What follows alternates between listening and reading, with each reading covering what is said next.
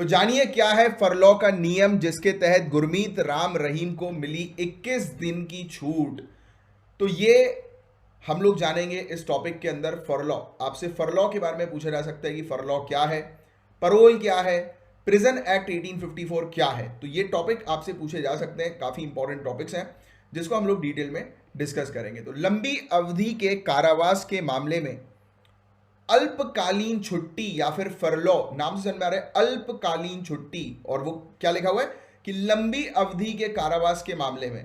तो जिन लोग को बहुत लंबे समय के लिए प्रिजन में रखा जाता है, जिन कैदियों को जेल में रखा जाता है लंबे समय के लिए, उनको कुछ दिन की छुट्टी दी जाती है कि जिससे वो अपने परिवार वालों से जो है वो मिलकर आ सकें। तो फरलॉ को बिना किसी कारण के समय समय पर दिए जाने वाले तथा कैदी को पारिवारिक और सामाजिक संबंधों में बनाए रखने में सक्षम बनाने हेतु थोड़े समय की छुट्टी के अधिकार के मामले के रूप में देखा जाता है। तो फरलॉ क्या है? एक कैदी को कुछ समय के लिए छुट्टी दी जाती है जेल से कि वो जाए और अपने परिवार वालों से मिल सके। तो कैदी को पारिवारिक और सामाजिक संबंध को बनाए रखने में सक्षम बनाने में ये फरलॉ का नियम हम लोग को देखने को मिलता है। जबकि पेरोल जो या फिर परोल इन जनरल हम लोग बोलते हैं, तो परोल का अधिकार जो होता है वो इससे संबंधित नहीं होता, और पर्याप्त आधार होने के बावजूद किसी कैदी को परोल देने से इनकार किया जा सकता है।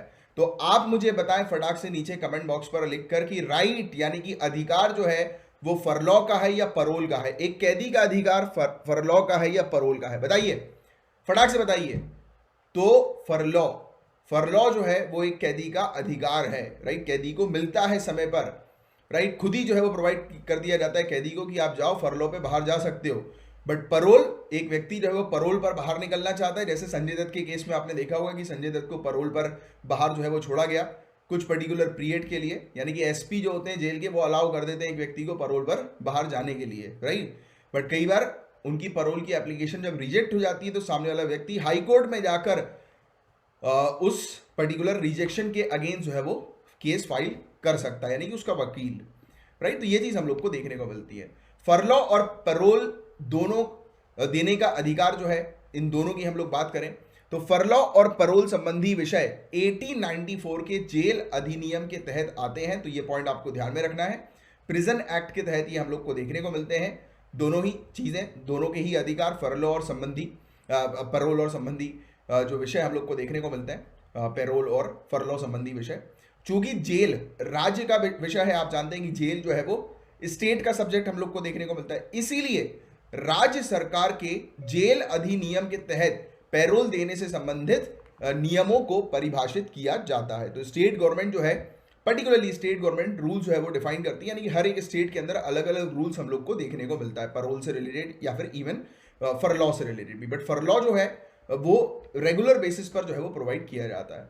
और पैरोल की अगर हम लोग बात करें या परोल की, तो राज्य कार्यकारिणी द्वारा प्रदान की जाती है, स्टेट एग्जीक्यूटिव के द्वारा पैरोल प्रोवाइड किया जाता है। और फेरलो जो है परोल जो है, परोल ये खारिज किए जाने की स्थिति में दोषी व्यक्ति सक्षम अधिकारी के आदेश को चुनौती देते हुए उच्च न्यायालय का रुख कर सकता है, जो कि मैंने भी आपको बताया कि कंपिटेंट अथॉरिटी जो हम लोग को देखने को मिलती है उनके ऑर्डर को चैलेंज करते हुए एक व्यक्ति जो है वो हाई कोर्ट भी पहुंच सकता है।